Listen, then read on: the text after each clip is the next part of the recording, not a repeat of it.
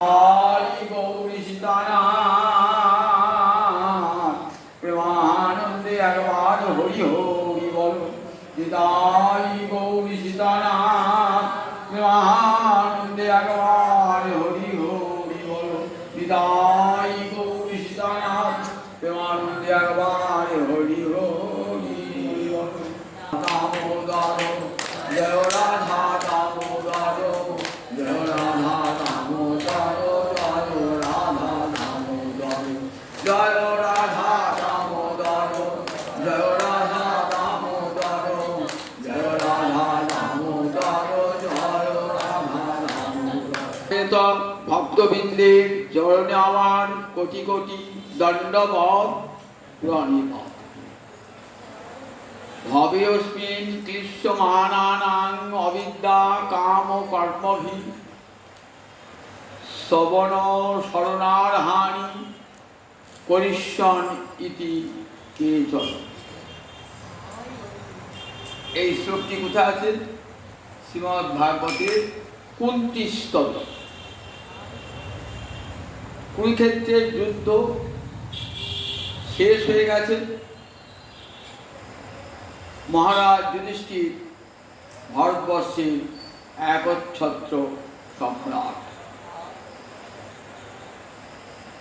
পাণ্ডবরা সমস্ত বিপদমুক্ত, নিষ্কণ্টক রাজ্য পেয়েছেন মহারাজ যুধিষ্ঠির।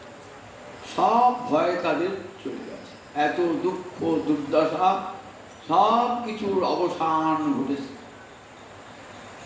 কৃষ্ণের কাজও শেষ হয়েছে। এবার কৃষ্ণ চলে যাবেন দ্বারকায়। সকলের কাছে বিদায় নিয়ে যখন রথে চড়তে যাবেন, সেই সময় মা কুন্তী দেবী এসেছেন, সঙ্গে পঞ্চপুত্র পুত্রবধূ দ্রৌপদী। নতজানু হয়ে পিসিমা তো, কিন্তু কৃষ্ণকে পুত্রজ্ঞান করে জানেন কৃষ্ণ আমার ভগবান। নতজানু হয়ে গীতাঞ্জলি পুটে বলছেন, ভবেऽস্মিन् ক্লিশ্যমানানাং অবিদ্যা কাম কর্মভি শ্রবণ শরণার্হানি করিষ্যন্তি কেচন। গোবিন্দ, জগতে কত শাস্ত্র তোমার আবির্ভাবের কত কারণের কথা বর্ণনা করেছে। শাস্ত্র খুলি দেখতে পাই কৃষ্ণ কেন ধরাতলে আবির্ভূত হয়েছেন। কারো মতে শ্রীকৃষ্ণ আবির্ভূত হয়েছেন কংসকে বিনাশ করবার জন্য। কেউ কেউ বলেন মহারাজ যুধিষ্ঠিরকে এবং পাণ্ডবগণকে সঙ্গদান করবার জন্যে, তাদেরকে কৃতার্থ করবার জন্যে কৃষ্ণচন্দ্র আবির্ভূত হয়েছে। কেউ কেউ বলেন ভক্তগণকে প্রেম বিতরণ করবার জন্য ভগবান শ্রীকৃষ্ণ আবির্ভূত হয়েছে। কেউ বলেন যদুবংশকে ধন্য করবার জন্য ভগবান কৃষ্ণ অবতীর্ণ হয়েছে। কেউ বলেছেন অসুর সংহার করবার জন্য কৃষ্ণ অবতীর্ণ হয়েছে। বিভিন্ন শাস্ত্রজ্ঞ ভিন্ন ভিন্নভাবে বর্ণনা করছে। তা আমি তো মূর্খা রমণী, বুঝিয়ে বলছেন আমি তো লেখাপড়া শিখি নাই, আমার তো শাস্ত্র পড়া নাই, আমার সাধন শক্তি নাই, সাধন বল নাই, জপ তপ ওসব আমার কিছুই নাই। তবে আমার যে সাধারণ বুদ্ধি, সেই বুদ্ধিতে আমি উপলব্ধি করেছি তুমি কেন পৃথিবীতে আবির্ভূত হয়েছ। আমি একটা নিজের বুদ্ধি দিয়ে উপলব্ধি করেছি তোমার এই পৃথিবীতে আসার কারণ কি। ভবেऽস্মিन् ক্লিশ্যমানানাং অবিদ্যা কাম কর্মভি। ভবে মানে সংসারে, পৃথিবী। অস্মিন ভবে মানে এই পৃথিবীতে। ক্লিশ্যমানানাং, ক্লেশ পাচ্ছেন পঞ্চক্লেশ, অবিদ্যা, অস্মিতা, রাগ, দ্বেষ, অভিনিবেশ। এই পাঁচটাকে বলে পঞ্চক্লেশ। সকলকে এই পঞ্চক্লেশ ভোগ করতে হয়। জগতে এমন কেউ নাই, এই অনন্তকরী ব্রহ্মাণ্ডের 14 ভুবনের এমন কেউ নাই যে পঞ্চ ক্লেশ ভোগ করেন না। তাহলে এই ক্লেশে আমরা সবাই দৃশ্যমান, প্রত্যেককেই তার কর্মফল ভোগ করতে হবে। আমি যেমন কর্ম করব আমার ফলটা কিন্তু তেমনি ভোগ করতে হবে। এই জন্মে না হোক, পরের জন্মে, তারপরের জন্মে। যতদিন কর্মফল ধ্বংস না হচ্ছে ততদিন পৃথিবীতে আমার যাতায়াত। কখনো মানুষ রূপে, কখনো পশু রূপে, কখনো কীট পতঙ্গ রূপে। কর্মফল ক্ষয়ের জন্য আমাকে আসতেই হবে পৃথিবী।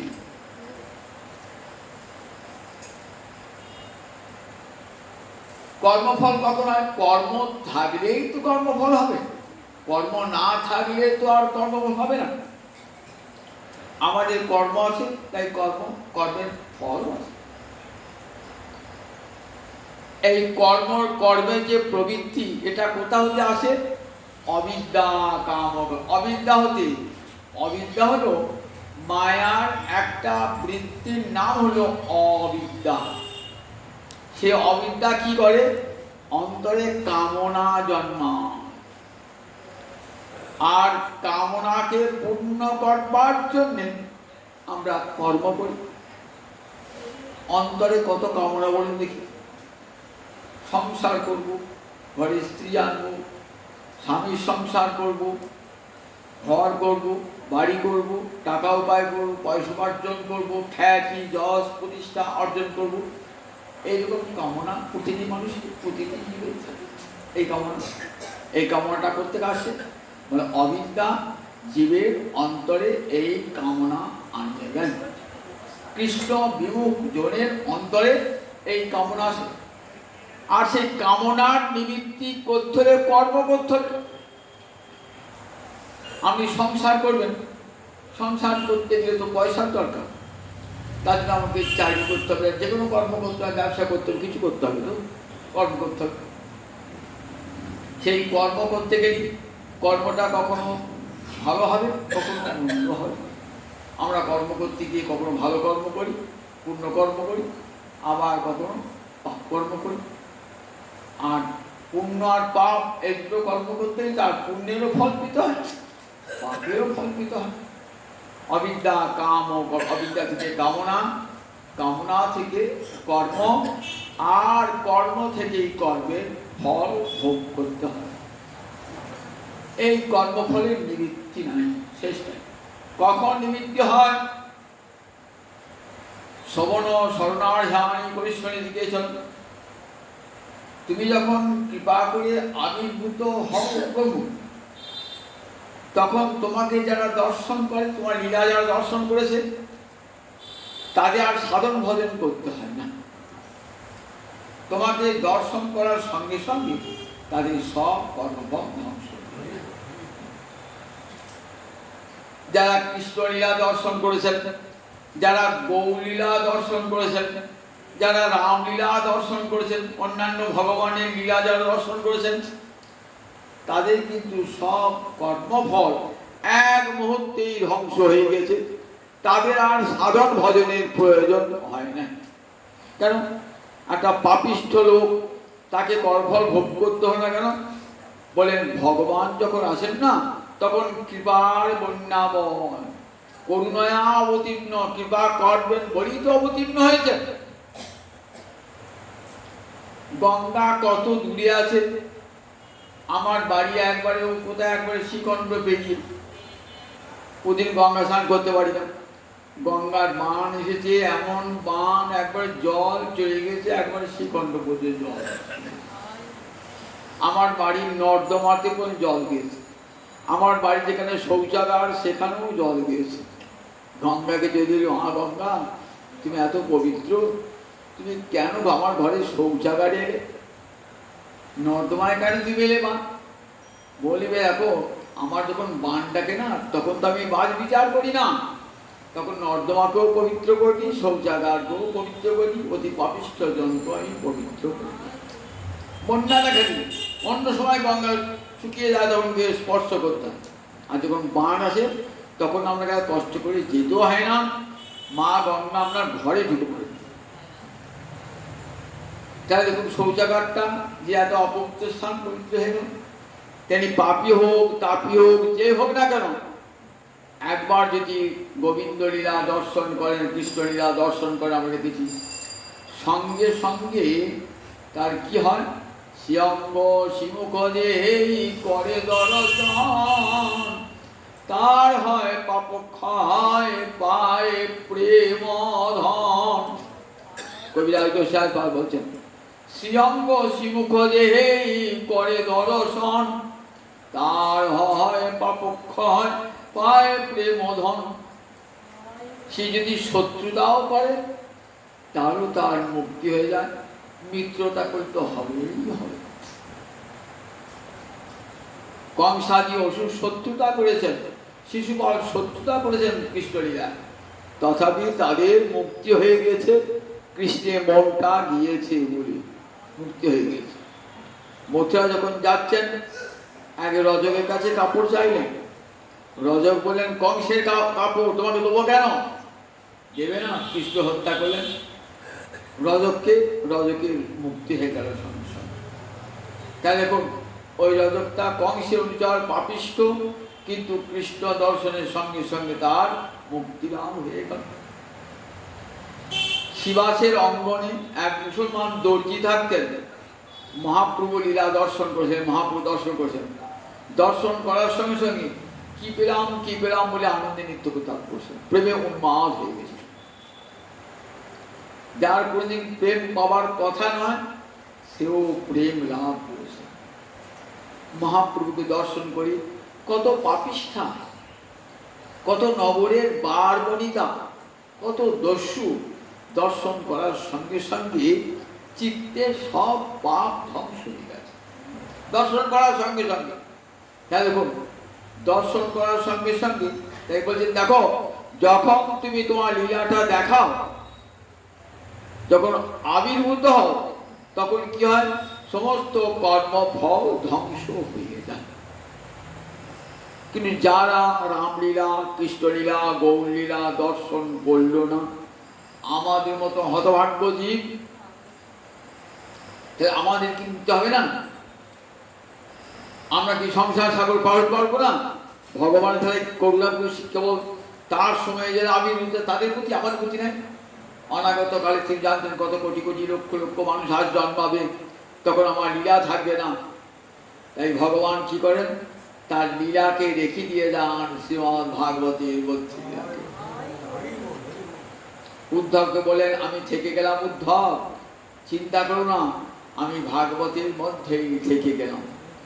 এই ভাগবত লীলা যেখানে হরিকথা আলোচিত হবে, তার কথা শুনতে শুনতে শ্রবণ স্মরণানি, শ্রবণ করতে করতে কি হবে, স্মরণ হয়। স্মরণ হলো মনের ধর্ম, স্মরণটা বড় কঠিন, একবারই স্মরণ হয় না। যে মনে দিনরাত বিষয় চিন্তা হচ্ছে, সেই মনে কৃষ্ণ স্মরণ অত সহজ। তাই কানটা পেতে দেন আসলে এসে, এই শ্রবণ করতে করতে মনে আমি যা শুনে এলাম সেটা তো কীর্তন করি। এইরকম শ্রবণ কীর্তন করতে করতে শ্রবণ স্মরণার হানি। তোমার লীলা তখন কি হয়, শ্রবণের যোগ্য হয়, স্মরণের যোগ্য হয়। তখন অনাগত কালে কোটি কোটি মানুষ কান পেতে বসে বসে তোমার কথা শুনবে, আর সংসার সাগর অনায়াসে পার। তাহলে কত বড় একটা সাধন দেখুন। কুন্তী দেবী গোবিন্দের সামনে বলছে যে তোমার কথা শুনলে পারে সে সংসার সাগর পার হয়ে যায়। যদি কথাটা ঠিক না হতো তা কি বলতেন, মা আমার কথা শুনলেই মুক্তি হয় না, সাধন ভজন করতে হয়। কিন্তু মৌনম সম্মতি লক্ষণ, গোবিন্দ নীরবে রয়েছেন, তার মানে নীরব থাকে কখন, সম্মতি রয়েছেন। মা তুমি যা বলেছো পিসিমা এই কথাই ঠিক। আমার কথা যারা কান পেতে বসে বসে শুনবেন তাদের সব কেস নাশ হয়ে যাবে, সংসার সাগর অনায়াসে পার হয়ে যাবে। তাই তো দেখুন তীর্থক্ষেত্রে, দেবালয়ে, মঠে, মন্দিরে, সাধু ভক্তের গৃহে হরিকথা আলোচিত। আমরা ভাগবতের 11 স্কন্ধ শুনছি, সেখানে অবধূত তার 24টা গুরুর কথা বর্ণনা করছে। কার কাছে? যদু মহারাজের কাছে। কে এই যদু মহারাজ? যযাতি নন্দন। যযাতিকে চন্দ্রবংশে, কৃষ্ণ কোন বংশে জন্মেছিলেন? চন্দ্রবংশে। রামচন্দ্র কোন বংশে? সূর্যবংশে। আর কৃষ্ণচন্দ্র চন্দ্রবংশে। সেই চন্দ্রবংশে রাজা যযাতি, সেই যযাতির পুত্র ছিল যদু মহারাজ, পরম ধর্মশীল যদু মহারাজ। সেই যদু মহারাজ তার জিজ্ঞাসার উত্তরে এই দত্তাত্রেয় ঋষি অবধূত তার বলছেন, দেখুন রাজা, এই সংসার তাপদগ্ধ, যেখানেই যাবেন মহামায়ার তাপ ভোগ করতেই হবে। আপনি স্বর্গেই থাকুন, নরকেই থাকুন, পাতালেই থাকুন, আর মর্তেই থাকুন, সংসার তাপ ভোগ প্রত্যেককেই করতে হবে। তোমার সংসার তাপ নাই কেন? তারপরে শুনবেন, আমার সংসার তাপ নাই কেন? আমি কেমন পরম শান্তিতে রয়েছি, যেন গঙ্গা জলে গা ডুবিয়ে রয়েছি, কোনো তাপ আমাকে স্পর্শ করছে না, সংসারে কোনো তাপ। জানেন মহারাজ, আমি 24 জন গুরুর কাছে শিক্ষা পেয়েছি। বাবা, লোকে তো একটাই গুরু করে, তুমি 24টা গুরু করেছো বলে মহারাজ অবাক হয়ে যাচ্ছেন। 24টা গুরু আমার কানে মন্ত্র দিতে আসে নাই। আমার যিনি দীক্ষা গুরু আমাকে কানতে নিয়ে মন্ত্র দিচ্ছে, আমার দীক্ষা গুরু একটা। আর ভজন পথে চলতে চলতে আমি যার কাছেই কিছু পেয়েছি আমার ভজন শিক্ষার উপযোগী, তাকে আমি গুরু বলে গ্রহণ করেছি। সে পাপী হোক, দুষ্ট হোক, অসৎ হোক, তার কাছেও আমি শিক্ষার বস্তু পেয়েছি। মানুষ না হয়ে যদি অন্য প্রাণী হয়, তার কাছেও শিক্ষার বিষয় পেয়েছি। বারবনিতা, সে তো সমাজে ঘৃণ্য, আমি তার কাছেও শিক্ষা পেয়েছি। কুমারী বালিকার কাছেও শিক্ষা পেয়েছি। এই বলে একে একে 24টা গুরুর কথা বলছে। যার কাছ থেকে কৃষ্ণ ভজন শিক্ষা পাওয়া যায়, সে মুখে বলুক আর না বলুক, তার আচরণ থেকে যদি শিক্ষা পান, তাকে মনে মনে গুরু পদে বরণ করেছেন এই দত্তাত্রেয় ঋষি। বললেন, মহারাজ, বায়ু আমার গুরু। আগের দিন আকাশ আর পৃথিবীর কথা বলেছি। বায়ু আমার গুরু। বায়ু তোমার গুরু হয়? যে বায়ু প্রবাহিত আছে, 2 রকমের বায়ু আছে। একটা বায়ু হচ্ছে প্রাণবায়ু। প্রাণবায়ু কটা? 5টা। প্রাণ, অপান, সমান, উদান, ব্যয়। 5টা প্রাণবায়ু। প্রাণ, অপান, সমান, উদান, ব্যয়। আমরা যখন আহার দিয়ে কি করি? এই পঞ্চবায়ুকে আহার। এই পঞ্চবায়ু আমার হৃদয়ে ক্ষুধা জন্মান, যশোরানল সৃষ্টি করে। এই পঞ্চবায়ু না থাকলে মানুষ মরে যেত, ক্ষুধা লাগতো না। পঞ্চবায়ু আমার হৃদয়ে, আমার উদরে ক্ষুধা সৃষ্টি করে। প্রাণ, অপান, সমান, উদান, ব্যয়, আমরা এই পঞ্চবায়ুকে আহার দান করি। বললেন, দেখো, পঞ্চবায়ু যখন আহার গ্রহণ করে, সে কিন্তু রসনা তৃপ্তির জন্য নয়, শুধু প্রাণটা টিকিয়ে রাখবার জন্য যেটুকু আহার প্রয়োজন। প্রাণ বৃত্তৈব সন্তুষ্যেত। বায়ু আমাকে শিক্ষা দিলেন, প্রাণ বৃত্তি, যেটুকুতে তোমার প্রাণটা রক্ষা পায়, সেইটুকুতে তুষ্ট হবে। নৈব ইন্দ্রিয় প্রিয়, আমার রসনা একটা ইন্দ্রিয় খেতে চাইছে, ভালো মিষ্টি খেতে চাইছে, ভালো রসালো জিনিস খেতে চাইছে, ভালো ঝালের জিনিস খেতে চাইছে, টকের জিনিস খেতে চাইছে, তা নয়, কিন্তু রসনা প্রিয় নয়, ইন্দ্রিয় প্রিয় নয়। তাহলে কি হয়? বলে ইন্দ্রিয় প্রিয় আহার গ্রহণ করলে পরে কি হয়? বললেন বাক্য এবং মন বিকৃত হয়ে যায়। সেই জন্য গীতায় দেখবেন 3 প্রকার আহারের কথা বর্ণনা আছে। গীতা পড়েছেন তো? গীতা দেখবেন 3 প্রকার আহারের কথা বর্ণনা আছে। সাত্বিক আহার, রাজসিক আহার, তামসিক আহার। তামসিক আহার বাসি, পচা, দুর্গন্ধযুক্ত এই খাবারগুলো তামসিক। মদ্য, মাংসাদি, অমেধ্য অন্ন আদি সব তামসিক আহার। রাজসিক টক, ঝাল, নুন এগুলো সব হলো রাজসিক আহার। আর সাত্বিক আহার হল যারা মধুর আহার, রসযুক্ত আহার, যেগুলি দ্বারা দেহের বল, বুদ্ধি, আরোগ্য লাভ হয়, যে আহারের দ্বারা তাকে বলে সাত্বিক আহার। 3 প্রকার আহার বলছে। দেখো, যারা কৃষ্ণ ভজন করবেন, ভগবত ভজন করবেন, তারা সব সময় সাত্বিক আহার গ্রহণ করবেন। সাত্বিক আহারে কি হয়? সত্ত্বগুণ বিবর্ধিত হয়।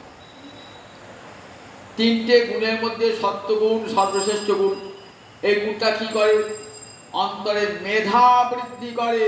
যত সত্ত্বগুণে আহার করবেন না, মেধা বৃদ্ধি করে, জ্ঞান সৃষ্টি করে, চিত্তকে নির্মল করে, পরমায়ু বৃদ্ধি লাভ করে, রোগ থেকে আপনাকে দূরে সরিয়ে রেখে দেয়। দেখবেন গীতায় বলা ছিল, দেখবেন এগুলো কোনো শরীরে কোনো রোগ ঘেঁষতে দেয় না। এই সাত্বিক আহার বলেন গীতায়, বলে এই সাত্বিক আহার কারা করে? যারা সত্যগুণী ব্যক্তি, তারা এই সাত্বিক আহার করে।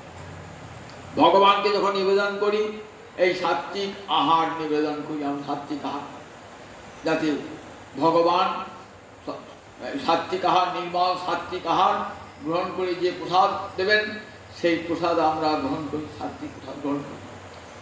তাই ভগবানের যে দ্রব্য ভগবানকে নিবেদন করা হবে, সেটাও লক্ষ্য রাখতে হবে যেন আহারটা সাত্বিক হয়, শুদ্ধ সাত্বিক আহার হয়, তবেই ভগবান গ্রহণ করবেন। আমরা মনে করি খুব দামি দামি আহার দিলে পারে ভগবান বোধহয় প্রীত হবে, খুব খানিকটা তেল ঢেলে দিলাম, খানিক জল ঢেলে দিলাম, খানিক গরম মশলা মিশিয়ে দিলাম, বলে গোবিন্দ তো তা গ্রহণ করবেন না। গোবিন্দ গ্রহণ করবেন শুদ্ধ সাত্বিক আহার গ্রহণ করবেন। কৃষ্ণ ভক্তেরাও সেই আহার গ্রহণ করবেন, যাতে আমার চিত্ত মন বিকল না হয়ে যায়। উগ্র আহার, রসনা তৃপ্তির জন্য যদি উগ্র আহার গ্রহণ করেন, দেখবেন চিত্ত কিন্তু কেমন হবে না, চিত্ত বিকল হবে।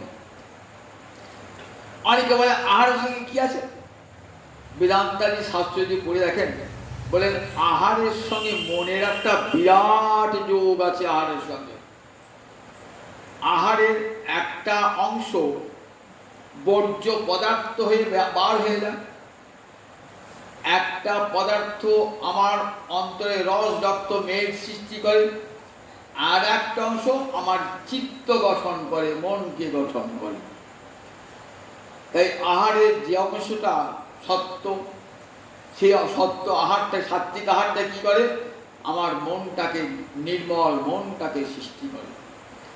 সেই জন্যে দেখবেন আচার্য রামানুজ, দক্ষিণ ভারতের পরম বৈষ্ণব, তিনিও স্বীকার করেছেন যে আহারটা কেমন হবে? সাত্বিক আহার।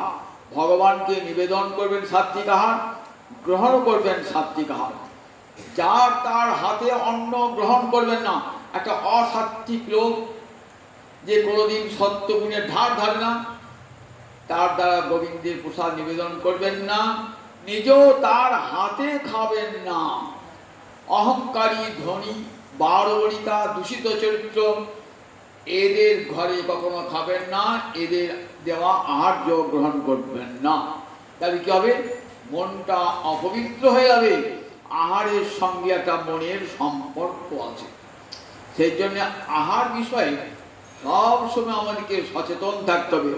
যদি ভগবত ভজনের পথে অগ্রসর হই, রামায়ণ মহাভারতের শাস্ত্র পড়লেই দেখতে হবে যে আহার একটা বিশেষ সম্পর্ক আছে। সাত্বিক আহার না হলে মন কখনো শক্ত গুণযুক্ত হয় না। একথা জগতের সমস্ত সাধু মহাত্মা উচ্চ কণ্ঠে বলে গেছেন। আপনি যদি না মানেন তাহলে করার কিছুই নাই, কিন্তু শাস্ত্র নির্দেশ হলেন যে আহার সবসময় সাত্বিক হবে। ভগবানকে তখন ভোগ নিবেদন করেন, আমরা কি বলি? সাধু সাবধান, এর করো অবধান। এটাকে যেন কখনো এই প্রাকৃত পঙ্গতে বসি দেখেন না, বাবাজিরা মহান্তরা পরিষেবায় সাধু সাবধান। এই জগতে ডাল ভাত বলে মনে করো না, প্রসাদে বিচার করো না। আমরা বলি এটা নুন হয় না, এটা ঝাল হয় না, কতক্ষণ বিচার করি তো। বলি যা কৃষ্ণের অধামৃত তার আবার বিচার? গোবিন্দ খেয়েছেন যেটা, সে তো অধামৃত হয়ে গেছে। কৃষ্ণের যে ফেলালো, কৃষ্ণের যে ভুক্ত শেষ তার ফেরা নাম, তার এক লভ পায় সেই ভাগ্যবান। গোবিন্দ গ্রহণ করে যেটা দিয়ে রাখলেন তার নাম ফেলালো। সেই প্রসাদের কণিকা যে পায় সে মহাভাগ্যবান। এই প্রসাদ পাওয়া মাত্রই প্রাপ্তি মাত্রেণ ভোক্তব্যম, নাত্র কাল বিচারণা। শুষ্কং পর্যুষিতং বাপি নিতং বা দূরদেশত, প্রাপ্তি মাত্রেণ ভোক্তব্যম, নাত্র কাল বিচারণা। প্রসাদ যদি শুকিয়ে যায়, বাসি হয়ে যায়, দূরদেশ থেকে আনা হয়, কোনো অস্পৃশ্য জাতি নিয়ে আসে, বলে তার প্রসাদে কিন্তু দোষ দেয় না, সঙ্গে সঙ্গে গ্রহণ প্রাপ্তি মাত্রেণ ভোক্তব্যম। বাবার সঙ্গে সঙ্গে ভোজন করলেন। যখন সকালবেলায় আমি স্নানান্নি করি নাই, খাবো না তা না, প্রাপ্তি মাত্রেণ ভোক্তব্যম, নাত্র কাল বিচারণা, কালের বিচার করবেন না। মহাপ্রসাদের আপন। কিন্তু আমরা তো মহাপ্রসাদ বলে মনে করি না, রসনাথ তৃপ্তি, ইন্দ্রিয়ের তৃপ্তি, রসনাথ তৃপ্তি। তাই পদ্মপুরাণে ঋষি বলছেন, মহাপ্রসাদে গোবিন্দে নাম ব্রহ্মণী বৈষ্ণবে স্বল্প পুণ্যবতাকে রাজন বিশ্বাস নেই বোঝায়। সেই মহাপ্রসাদ আজও আছে। মহাপ্রসাদ খেলে কি হয়? সর্বরোগ নিবারিত হয়ে যায়। কিন্তু আমাদের বলে আমি তো মহাপ্রসাদ তো খাচ্ছি, রোগ যাচ্ছে না কেন? তুমি তো মহাপ্রসাদকে মহাপ্রসাদ বলে খাও না, সে বিশ্বাস তো তোমার নয়। সেই চরণামৃতের শক্তি আজও আছে, সেই মহাপ্রসাদের শক্তি আজও আছে, কিন্তু মহাপ্রসাদকে আমরা সাধারণ ডাল ভাত বলে মনে করি। তাই বিশ্বাস হয় না, আর বিশ্বাস না হওয়ার পরে ফলও হয় না। তাই মহাপ্রসাদে গোবিন্দে নাম ব্রহ্মণী বৈষ্ণবে স্বল্প পুণ্যবতাকে রাজন বিশ্বাস নেই বোঝায়। আমাদের বিশ্বাস জন্মায় না। তাই মহাপুরুষ বলে দেখো, যাক প্রাণবায়ু যাতে প্রাণবৃত্তৈব সন্তুষ্ট, প্রাণটা যাতে টিকে বাধু করি বলে আমি যে গোগ্রাসে ভোজন করতে হবে তা নয়। আমার পঞ্চবায়ু পঞ্চ প্রাণ আহার গ্রহণ করে, সে আহারের কোনো বিচার করে না। সে বিচার করে আহারটা শুদ্ধ কিনা, ইন্দ্রিয় প্রিয় কি আমার রসনাথ তৃপ্তি দান করবে তা নয়, শুধু দেহটাকে বাঁচিয়ে রাখবো। কেন দেহটাকে বাঁচিয়ে রাখবো? কেন না, ভজন করতে গেলে দেহটাকে বাঁচিয়ে রাখতে হবে। শরীর একদম খলি ধর্ম সাধন। আমার শরীরটা যদি না থাকবে আমার ধর্ম সাধন হবে? শরীর একদম খলি ধর্ম। কুমার সম্ভব কাব্যের আমরা দেখি মহাদেব ব্রহ্মচারী বেশে গিয়েছেন দেবী পার্বতীর কাছে। দেবী পার্বতী আহার করছেন, সামান্য আহার গ্রহণ করছেন। তা বলছেন, দেখো তুমি এমন সুকুমারী, তুমি রাজভোগ খেয়ে মানুষ হয়েছ, রাজকন্যা, তুমি এমনি করে এই গাছের পাতা খেয়ে কি করবে থাকবে? দেখো শরীরমাধ্যম খলি ধর্ম সাধন। আগে শরীরটাকে রাখো, তবেই তো ধর্ম সাধন হবে। মহাকবি কাজে শরীরামার্জন খলু ধর্ম সাধন, শরীরটা রাখার জন্যে আহার গ্রহণ করতে হবে। শুধু খাবার জন্য আমরা পৃথিবী আসি নাই, আমরা এসেছি পৃথিবীতে ভজন করবার জন্যে, কিন্তু না খেলে আমার ভজনের শক্তি থাকবে না বলেই ভোজন না। উদ্দেশ্য আমার ভজন, ভোজন নয়, উদ্দেশ্য ভজন, কিন্তু ভজন করতে গেলে আমাকে ভোজন করতে হবে, এবং সেই ভোজনটা সবসময় সাত্বিক আহার। ইন্দ্রিয়ের রসনা তৃপ্তির জন্য নয়, ইন্দ্র তৃপ্তির জন্য নয়, আবার আমার চিত্ত বিকল হয়ে যায় আমার আহার জন্য না। অবকীর্যেত বাক্যন, বাক্য যেন বিকল না হয়। উদ্ধত রোগ দেখবেন, চড়াচড়া কথা, একবারে রোগ রাগ ক্রোধ কাজে হয় দেখবেন, এগুলো গীতায় সব বলা আছে। যারা রজগুণের আহার গ্রহণ করে খুব রাগী, খুব হিংস্র, খুব ক্রোধী হয়, রজগুণের উত্তেজক আহার গ্রহণ করে।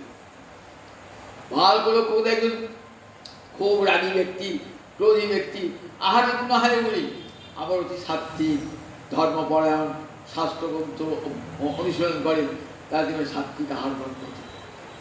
আবার বিবেক শূন্য ব্যক্তি দেখবেন কি খাচ্ছে, অমৈধ্য বস্তু খাচ্ছে, বাসি পচা দুর্গন্ধ প্রাণী মাংস তারা খেয়ে জীবন ধারণ করে, তারা এটিকে আহার গ্রহণ করছে। বলেন এর তারা তামসিক আহার গ্রহণ করে, এরা কখনো ভগবত ভজন করে না। এরা ভগবত ভজন করলেও ভগবানকে কি দেন, ওই তাদের তামসিক আহারটা ভগবানকে নিবেদন করে খান। তাদেরও ভগবান আছে, তামসিক ব্যক্তি যারা তারাও ভগবান সেবা করে, তাদের সাত্বিক না, তাদের সাত্বিক আছে আচরণ না। এবার না অবকীর্যেত বাক্যন, আমাদের বাক্য আমাদের মন যাতে বিকল না হয় এমন আহার গ্রহণ করতে হবে। এই গেল প্রাণবায়ুর কথা। আর একটা বায়ু আছে না বাহ্য বায়ু, যে বায়ু প্রবাহিত হচ্ছে সর্বত্র। এই বায়ুর কি গুণ? বায়ু আপনার অঙ্গকে শীতল করে দেয়। বলেন সাধু এমনি করে, সাধুর দর্শনে আপনার চিত্ত শীতল হয়ে যাবে। রাস্তা চলছেন, চলতে চলতে ক্লান্ত হয়েছেন, একটা বট গাছের ছায়া বসলেন, দেখলেন বট গাছের পাতাগুলো নড়ছে, হাওয়া দিচ্ছে, শরীরটা আপনার শীতল হয়ে গেল, কত ক্লান্তি দূর হয়ে গেল। আবার দেখুন বায়ু দুর্গন্ধ বহন করে, আবার সুগন্ধ বহন করে, কিন্তু কোনটার সঙ্গেই বায়ুর যোগ নেই। বায়ুর যোগ দুর্গন্ধের সঙ্গে যোগ নাই, আবার সুগন্ধের সঙ্গেও যোগ নাই। কিছু বহন করে যায়, সে দুর্গন্ধ বহন করে, আবার সুগন্ধ বহন করে। বলে সাধু কৃষ্ণ ভক্ত, তাদের কাছে সাধু অসাধু বিচার নাই, সকলের সঙ্গে তারা মেশেন, কিন্তু মিশলেও তাদের প্রতি আসক্ত হন না। গুণ দোষ ব্যাপতাত্মা, বলে তারা গুণ দোষ বিচার বিবেচনা করে ন বিসর্জিত বায়ুবৎ, বায়ু যেমন তাতে সংসক্ত হয় না, আসক্ত হয় না, তেমনি কারু প্রতি আসক্ত হয় না। দেখবেন একটা সাধু, সে চোরের সঙ্গে ডাকাতের সঙ্গে রয়েছে, আবার একটা সাধু ব্যক্তির সঙ্গে রয়েছে, কিন্তু ওই সাধুটার গুণও তাকে স্পর্শ করছে না, আবার ওই অসাধুটার গুণও তাকে স্পর্শ করছে না। সাধু তো গুণাতীত, এ জগতের কোনো গুণ তাকে স্পর্শ করতেই পারে না। সবার মাঝে রয়েছেন, সবার মাঝে থাকলেও সবার কোনো গুণ দোষ তাকে স্পর্শ করছে না। ঠিক বায়ু মতো, বায়ু সর্বত্র প্রবাহিত। বায়ু যেমন বলে না যে ওই গরিবের ঘরটা বাতাস দেবো না, বড়লোকের ঘরে বাতাস দেবো, বলে বায়ু, বায়ু সবার ঘরে বাতাস দেয়। তার কাছে বড় লোক ছোট লোক ব্রাহ্মণ চণ্ডাল বলে তার কাছে কোনো বিচার নাই। বলে সাধুর ঠিক আছে, সাধু কখনো কে অপরাধী, কে পাপী, কে পুণ্যবান এ কথা সাধু চিন্তা করে না। সাধু সকলকেই করুণা করে, সকলকেই, এটা সাধুর স্বভাব। বলে ঠিক বায়ুর মতো স্বভাব, কিন্তু ওই সাধু অসাধু যেই থাকে না কেন তার গুণটা তাকে স্পর্শ করবে না। বায়ুর কাছে আমি এই শিক্ষাতে পেয়েছি, সর্বত্র যাবে। গুণাচিত মানুষ যে হয় না, যেটা দেখবেন গুণাচিত মানে প্রকৃতির তিনটে গুণ থেকে অনেক উঁচুতে সে উঠে গেছে, আর তিনটে গুণ তাকে স্পর্শ করছে না। আমাদের পাপ পুণ্য হয় কেন? প্রকৃতির তিনটে গুণের ক্রিয়া রয়েছে আমাদের মধ্যে, সত্য রজতম তিনটে গুণ আমাদের মধ্যে সবসময় ক্রিয়া করছে। রজতম গুণ যার মধ্যে প্রবল দেখবেন, তাদের মধ্যে পাপের প্রবৃত্তি প্রবল। গীতায় 3য় অধ্যায়ে দেখবেন অর্জুন জিজ্ঞাসা করছেন ভগবানকে, আমি তো পাপ করতে চাই না, তবু যেন কে জোর করে আমাকে পাপ করা। 3য় অধ্যায় শেষে দেখবেন ভগবানকে অর্জুন জিজ্ঞাসা করছে, আমি তো পাপ করতে চাই না, পাপ থেকে দূরে থাকতে চাই, কিন্তু কে যেন আমাকে জোরপূর্বক আমাকে যেন পাপ কর্ম করায়। ভগবানকে উত্তর দিলেন, কাম এষ ক্রোধ এষ রজগুণ সমুদ্ভব। রজগুণ 3টে গুণের মধ্যে একটা গুণের নাম রজগুণ। রজগুণ থেকে কি জন্মায়? কামনা জন্মায়, ক্রোধ জন্মায়। এই কামনা এবং ক্রোধ মানুষকে পাপ পথে নিয়ে যায়। আপনার কামনা চরিতার্থ কাটবার জন্য আমি পাপ কাজ করতে এতটুকু পিছপা হন না। আমার কামনা পূর্ণ করতে হবে, আমার আরো চাই, আরো চাই, আরো চাই। এই যে কামনা না, ন জাত কাম কামানাম উপভোগেন সম্মতি। আপনার প্রচুর আছে, তথাপি কিন্তু মন তাতে সন্তুষ্ট নয়, আরো চাই, আরো চাই, এই নাম কামনা। আগুনে যদি ঘি ঢালেন, আগুনটা নিভে যায় কি? নিভে যায় না, আরো বৃদ্ধি প্রাপ্ত হয়ে যায়। ঠিক তেমনি কামনার বস্তুকে যদি আবার আপনি নিয়ে আসেন না, আপনার কামনাটা আরো বৃদ্ধি প্রাপ্ত হয়ে যাবে। কখনো কামনার বস্তুর দ্বারা কামনার নিবৃত্তি হয় না, কামনা বেড়ে বেড়ে যায়। নজাত কাম কামানাম উপভোগের সম্পদ। কাম্য বস্তু উপভোগের দ্বারা কখনো কামনার তৃপ্তি হয় না। তাহলে এই কামনা থেকে কি হয়? আমি যদি পাপ কাজ করে আমি বড়লোক হতে পারি, ধনী হতে পারি, বিষয় ভোগ করতে পারি, আমি সেই পাপ কাজ করব। আমার মনে এমন কামনা, পাপ কাজ করবো, কারণ আমার কামনা চরিতার্থ করতে হবে। এই জন্য আমরা পাপ করি। কাম এসো ক্রোধ এসো, আবার ক্রোধের ফলে আমরা পাপ কাজ করি। কিরকম ক্রোধের ফলে? সামান্য একটু জায়গা নিয়ে ভাই ভাই বিবাদ, 1 ইঞ্চি জায়গা নিয়ে প্রতিবেশীর সঙ্গে ঝগড়া, ছাড়বো না, ও বলে ছাড়বো না, সেইখানে মারামারি খুঁড়ে হয়ে গেল। ভাই জমি জায়গা নিয়ে ভাই, সামান্য জমি জায়গা নিয়ে বিবাদ, সামান্য অর্থ নিয়ে বিবাদ। আচ্ছা, এই যে খুনটা যে তুমি করলে, তার ফলটা কি? ইহ জগতে জেল খাটা, আবার পরজগতে গিয়ে সেখানেও ছাড় পাবে না, সেখানে তোমার নরক বধূ। তাহলে তোমার এই যে সামান্য 1 ইঞ্চি জমি দখল করতে গিয়ে, হ্যাঁ, 1 কাঠা জমি ভাগ দিতে গিয়ে তোমার কি হলো? তোমাকে নরকে যেতে হলো, ভোগ করতে হলো, ইহ জগতে জেল খালি করে থেকে বলে এমন কাজ করলে যে তোমাকে পুলিশ এসে ধরে নিয়ে গেল, জেলে পুড়ে দিল, জেলে ভাত খেলে তোমার। সামান্য ক্রোধ কারণ মানুষের জীবনে কারণ পতন ডেকে নিয়ে আসে। ক্রোধ ক্রোধ মানুষের হিতাহিত জ্ঞান শূন্য করে দেয়, যে এটা করলে আমার মঙ্গল হবে, এটা করলে আমার অমঙ্গল হবে, এই বোধ কাণ্ডাকাণ্ড জ্ঞান তখন থাকে না। ক্রোধ মানুষকে এমন করে দেয়। ক্রোধ, তাই ক্রোধ মানুষের পরম শত্রু। ক্রোধের সেই জায়গায় কি বলেছে? রিপু বলা হয়েছে, 6টা রিপু: কাম, ক্রোধ, লোভ, মোহ, মদ, মাৎসর্য। কাম, ক্রোধ, লোভ, মোহ, মদ, মাৎসর্য, এই 6টা রিপু আমার ভিতরে আছে। বাইরের রিপুকে আপনি জব্দ করতে পারেন, বাইরের শত্রু, তাকে মামলা মোকদ্দমা করে লাঠি ঠেকা নিয়ে, লাঠিয়াল নিয়ে তাকে জব্দ করতে পারেন। আর ভিতরে ভিতরে যে শত্রু এলো 6টা রিপু, তাকে দমন করুন। দেখি, তাকে দমন করুন।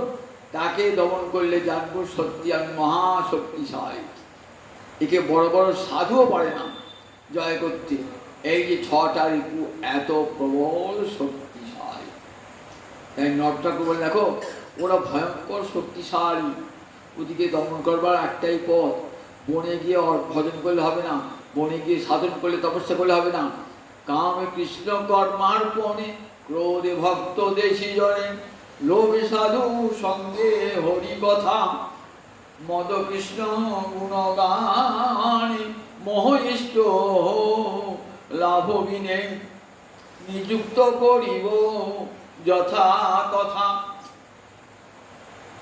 কামনা আছে, থাক, কামনাটা আমার কৃষ্ণ কামনায় করতে বসে যায়। গুরু যখন কানে মন্ত্র দেন না, কৃষ্ণ মন্ত্রের গায়ত্রী নাম কি? কাম ও গায়ত্রী। বীজের নাম কি? কাম ও বীজ। অর্থাৎ আমার বিষয় কামনা ছাড়িয়ে গোবিন্দ তোমার চরণ প্রাপ্তির কামনা হোক। আমার গুরুদেব আজ কানে আমার কাম গায়ত্রী দিলেন, কাম বীজ দিলেন। একদিন আমার কামনা ছিল সংসারী পত্নীতি পুত্রটি, আমার সেই কাম চলে যাক প্রভু তোমার সেবা। আমার যেন মনে হয় গোবিন্দ তোমাকে নিয়ে আমার সংসারের সব কামনা, তোমাকে সাজাবো, তোমাকে পোশাক পরাবো, তোমার সুন্দর করে ভালো করে ভোগ দেবো প্রভু, তোমার জন্য মন্দির নির্মাণ করবো, এই কামনা হয়ে যাক। নিজের সংসারকে ভালোবেসে গোবিন্দকে ভালোবেসে কামনা হয়। আর ক্রোধ ভক্ত বিদ্বেষী জন যারা, তাদের প্রতি ক্রোধ করবেন, তাহলে ক্রোধটা আশীর্বাদ হয়ে যাবে। যারা ভক্ত বিদ্বেষী তাদের প্রতি ক্রোধ প্রকাশ করেন, ভক্তের ক্রোধটা আশীর্বাদ হয়ে যায়। নারদের ক্রোধ হলো কার প্রতি বলুন দেখি? নলকুবের আর মণিগ্রী। এরা কার ছেলে? স্বর্গের কোষাধ্যক্ষ কুবের। কত বড়, কত কোটি কোটি টাকা তার কুবের। তার ছেলে তো খুব অহংকার, আমরা রাজার ছেলে খুব অহংকার। তারা নারদকে রেখে উলঙ্গ হয়ে নৃত্য করছে। নারদটাও মানব কি? নারদকেও আপনি ভিকির বামন, ওকে মানব দরকার। এমন সুন্দর দুর্লভ মানব দেহ পেয়ে তোর এমন উচ্ছৃঙ্খল হয়েছ, তোমাদেরকে নিরিন্দ্রিয় করে দেবো, ইন্দ্রিয় বিহীন করে দেবো। এমন শূন্য ইন্দ্রিয় যে কৃষ্ণ ভজন হলো না। নিরিন্দ্রিয় অর্থাৎ যার ইন্দ্রিয় নাই, বৃক্ষের ইন্দ্রিয় নাই, স্থাবর এক জায়গায় থাকে, চলাচল করতে পারে না, আমি নিরিন্দ্র বৃক্ষ করে দেবো। কিন্তু কোথায় বৃক্ষটা করবো? ওই নন্দ মহারাজার অঙ্গনে।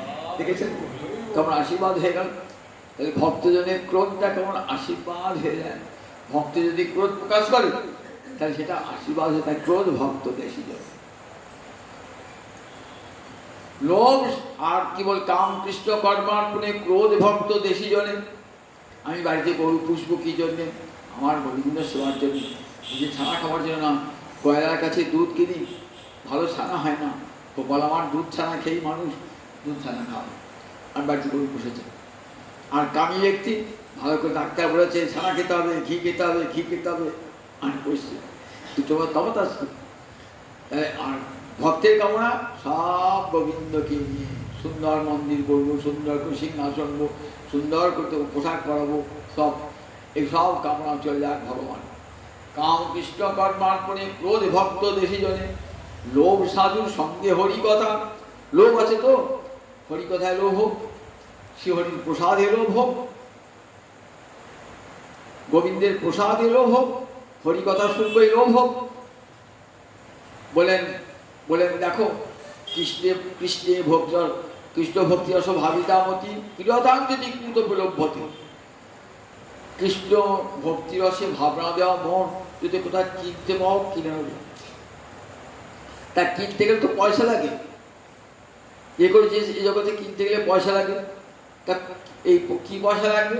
লৌল্যম মূল্যম এই কলম। একমাত্র লালসা। আজ গোবিন্দ মন্দিরে হরিকথা হবে, কি হবো শুনবো, আকুল আকাঙ্ক্ষা নিয়ে ছুটে আসছেন লোভে। এই লোভ, ও লোভ থাক, লোভটা ভালো রূপুক। লোভটা যেন হরির প্রসাদ পাবার লোভ থাকুক, সাধু সঙ্গ করার লোভ থাকুক, তীর্থ ভ্রমণের লোভ থাকুক, হরিকথা শুনবার লোভ থাকুক। লোভ সাধু সঙ্গে হরিকথা, সাধু সঙ্গের লোভ থাকুক। মদকৃষ্ণ গুণগানে, মদমান মত্ততা অহংকার এসে যায় তো। বলে দেখো কৃষ্ণ গুণগানে মাতোয়ার হও, মদ মানে মত্ততা। আসুন কৃষ্ণ গুণগানে সব সে মাতোয়ার হও। আমরা যখন টাকা পয়সা ধন দৌলত তাকেই মাতোয়ার হয়ে থাকে। বলে না গো, দেখো কৃষ্ণ গুণগানে সকাল সন্ধ্যে সব সময় অহর্নিশ 24টি ঘন্টা কৃষ্ণ গুণগানে মত্ত থাকুক। মদ কৃষ্ণ গুণগানে মোহ ইষ্ট লাভ বিনে। আর মোহটা হবে কি? ইষ্ট লাভ। আমার যেন যে কোনো প্রকারে ইষ্ট লাভ হয়। হে গুরুদেব আমায় কৃপা করুন, আমার সংসারে মোহ দূর হয়ে যাক, আমার সব মোহ হোক গোবিন্দকে পাওয়ার জন্য। আমরা কি বলি? আমার স্ত্রী আমার, পুত্র আমার, ঘর আমার, বাড়ি আমার, এর নাম হচ্ছে মোহ। এই মোহটা কি হোক, আমার আর কেউ, কৃষ্ণ আমার, আমি কৃষ্ণের, কৃষ্ণ আমার, এই মোহটা সৃষ্টি হোক। সে এক রাজবাড়িতে আর এক রাজা গিয়েছে, দিয়ে বলছেন এমন সুন্দর আপনার অট্টালিকা, আমরা সুন্দর, আমার নয়, কার? কৃষ্ণের। ফুলের বাগান দেখা যায়, আহ কি সুন্দর ফুলের বাগান আপনার, আমার ফুলের বাগান না, কৃষ্ণের ফুলের বাগান। সুন্দর সরোবর দেখাতে গেছেন, বলে আমার সরোবর নয়, কৃষ্ণের সরোবর। সুন্দর মন্দির দেখাচ্ছেন, কি সুন্দর মন্দির, আমার মন্দির নয়, কৃষ্ণের মন্দির। এই সুন্দর বিগ্রহ সিংহাসনে বসাচ্ছি, কি সুন্দর বিগ্রহ, না, বলে ওইটি আমার, ওইটি আমার, বিগ্রহটি আমার, আর কোনটাই আমার নয়, ঘর নয়, বাড়ি নয়, সোন নয়, সম্পদ নয়, ওই বিগ্রহটি আমার। এই মোহ ইষ্টলাভ, আমার এই মোহ হোক, এই জগতে কেউ সত্যি আমার না। একবার চিন্তা করে দেখুন, মোহটা যে আমরা ধরে রাখি, কত মিথ্যা মোহ, মহামায়ার দেওয়া মোহ। মা ভালোবাসতো ছেলেকে, ছেলে ভালোবাসতো মাকে, মা ছাড়া ছেলে জানতো না, ছেলে জানতো না, মাও মরে গেল, ছেলেও মরে গেল, কোথায় গেল ভালোবাসা? কোথায় ভালোবাসা, কোথায় পাওয়ালো? স্বামী ভালোবাসতো স্ত্রীকে, স্ত্রী ভালোবাসতো স্বামীকে, একদিন স্বামীও মরে গেল, স্ত্রীও মরে গেল, তাহলে ভালোবাসা গেল কোথায়? ভালোবাসা পালিয়ে গেল। তাহলে এমন জায়গায় ভালোবাসা দেবো কোনোদিন ধ্বংস হবে না, যে ভালোবাসা কোনোদিন ধ্বংস হয় না। তাই স্ত্রী, পুত্র, ঘর বাড়ি থেকে ভালোবাসা সরিয়ে নিয়ে গোবিন্দ চরণে সব ভালোবাসা অর্পণ করলাম, গোবিন্দ চরণে মোহিত লাভ মিলে নিযুক্ত করব যথাযথা। এমনি করে ছটা রিপুকে গোবিন্দ সেবায়, একটা হল মাৎসর্য, বলে এই মাৎসর্য রিপু যেতে চায় না। ভক্তের অন্তর দেখা দেয় মাৎসর্য, ভক্তির বেশে আসে মাৎসর্য। এটি কেমন করে যাবে? সাধু সঙ্গী, গুরু কৃপায়। এই মাৎসর্য মানে অপরের ঐশ্বর্য দেখে, উৎকর্ষ দেখে নিজের মনে যে অসুয়াবোধ, ও আমার চাইতে বড় কিসে, এই যে বোধটা, তার নাম মাৎসর্য। এই মাৎসর্য এমনই, অতি বড় মহাত্মা, অতি বড় ভক্ত, তাদের অন্তর থেকে দেয়। এই মাৎসর্য দূর হয় একমাত্র সাধু সঙ্গে, সজাতিয়া সয়, সাধুর সঙ্গ করলে অন্তরের দীনতা আসে, ধীরে ধীরে মাৎসর্য দূর হয়ে যায়। বলে এমনি করে এই ছটা রিপুকে জয় কর, ছটা রিপুকে জয় কর। বলেন দেখো, ছটা রিপু প্রবল হবে, কখন কখন প্রবল হয়ে যায়? বলে আহার যদি সত্যগুণান্বিত না হয়, তাহলে এই রিপুগুলি প্রবল হয়ে যায়। বলছেন, বললেন দেখো, বাঘ মন যেন বাক্য এবং মন যাতে বিকল না হয়, বায়ু আমাকে এই শিক্ষা দিয়ে গেল। কবি আল গোসাই পাল বলছেন, শিষ্টদর পরায়ণ কৃষ্ণ নাহি পায়। যারা উদর পরায়ণ, ভজন করছেন উদ্দেশ্য একটা প্রসাদ খাবো, প্রসাদটা খেতে যদি বিলম্ব হয়ে যাচ্ছে, কোথায় ভজন আপনার মাথায় উঠে যাচ্ছে, কতক্ষণে ভজন ডাক করবে। আবার পেট ভরে যদি প্রসাদ না পান, তাহলে আমরা রাগ হয়ে যাচ্ছে, পেট ভরে ভোজন না হলে। তাহলে দেখো, প্রসাদকে আমরা প্রসাদ বলে মনে করি, আমার উদর পূর্তির জন্য মনে করি, প্রসাদ তো কণিকা মাত্র। বলেন তো, রূপ সনাতন কোথায় পাত পেয়ে প্রসাদ পেতে গিয়েছেন, কোথায় পেট ভরে খেয়েছেন, দেখাতে পারবেন? মাধু করি, তাও এক বাড়িতে প্রতিদিন নয়, এই বাড়িটা একটু সামান্য, হাতে করে, পাত্র নয়, হাতে করে করো ভাগ, হাতে যা দেবে, ঘোল, মাঠা, চানা যা দেবে সেটুকু। রঘুনাথ দাস ভজন করছেন, কোনদিন ঘোল মাঠা পেলেন, কবু চানা চর্বণ, কবু যদি কেউ দেয় হলেও পারে না, চার যাবে না। তার জন্য কিন্তু চিত্ত ক্ষুব্ধ হয় না, ভজন করে যাচ্ছে। দেখেছেন, শুধু শুধু দেহটাকে রাখবার জন্য যেটুকু আহার গ্রহণ, সেটুকু আহার গ্রহণ। মাধবেন্দ্র পুরী অযাচিত বৃন্দাবনে ঘুরে ঘুরে ঘুরে ঘুরে বেড়াচ্ছে, গোবিন্দ কুণ্ডে বসে আছে, ক্ষুধা পেয়েছে, কিন্তু কাউকে চাইবেন না। স্বয়ং গোবিন্দ এসে দুগ্ধ দান করে গেছেন মাধবেন্দ্র পুরীকে, অযাচক। রেমুনাথ এসেছেন, ক্ষীরচোরা গোপীনাথ দেখেছেন, প্রসাদ দেখেছেন, চাইবেন না, যদি দেন একটু প্রসাদ দেবেন। এমনি করে কোনো পাত্র পর্যন্ত নয়। তুলসী দাসজি বৈরাগ্য শেষকালে বৈরাগ্যেশ্বর তো, বৈরাগ্যের শেষেও কি করতেন, ভিক্ষা করতেন, সঙ্গে থাকতো পাত্র থাকতো, কোথায় যদি কেউ যদি অন্ন দান করেন, আপনি জল দান করেন থাকতো। নিজের শ্বশুর বাড়িতে এসেছেন আর স্ত্রীকে ভুলেও গেছেন, স্ত্রী কিন্তু ভেজে স্বামী, তখন দেখছেন পাত্র বার করে সেখানে আহার গ্রহণ করছে, ঝুড়ি আছে, বলে ঝুড়িটার সঙ্গে কেন, বৈরাগ্যের শেষ চিহ্ন, ঝুড়িটা ফেল, তবে তো বৈরাগ্য, আমি তোমার স্ত্রী, বুঝতে পেরেছ? কারণ আমি তোমাকে বৈরাগ্য ধরেছিলাম, আর বৈরাগ্যের ওই ঝুড়িটুকু ফেলে দাও, কান থেকে ঝুড়িটুকু ফেলে দাও, তবেই বৈরাগ্য সম্পূর্ণ হবে। বৈরাগ্য ঝুড়িটাও ফেলবে, বুঝলাম, যেখানে পাবেন হাতে যা পাবে সেটুকু গ্রহণ করবে। এমনি করে ভজন জগৎকে দেখিয়েছে, ভজন জগতে। এখানেও বলছেন এই দত্তাত্রেয় অবধূত বলছেন, মহারাজ এমনি করে থাকুক, কারো আশায় থেকেন না কে আমাকে দুটি খেতে দেবে, কে আমাকে দুটি ভালোবাসবে, যেদিন পেলেন খাবেন, না পেলেন খাবেন, ভগবানকে ভজন করে যান। জীব দিয়েছেন যিনি, আহার দেবেন ঠিক ঠিক আপনাকে বাঁচিয়ে রাখার জন্য, ভজন করবার জন্য ভগবান ঠিক আহার জুটিয়ে দেবেন, তার জন্য ভজন নষ্ট করবেন না, ভোজনের জন্য কখনো ভজন নষ্ট করবেন না। এমনি করে একটা একটা করে গুরুর কথা, বায়ুর কথা বললেন। এর পরের দিন শোনাবো জলের কথা, শোনাবো জলকে গুরু বলে বর্ণনা করছেন। জয় নিতাই, আজকে এইখানে হরি কথা সমাপ্তি। জয় নিতাই, জয় নিতাই।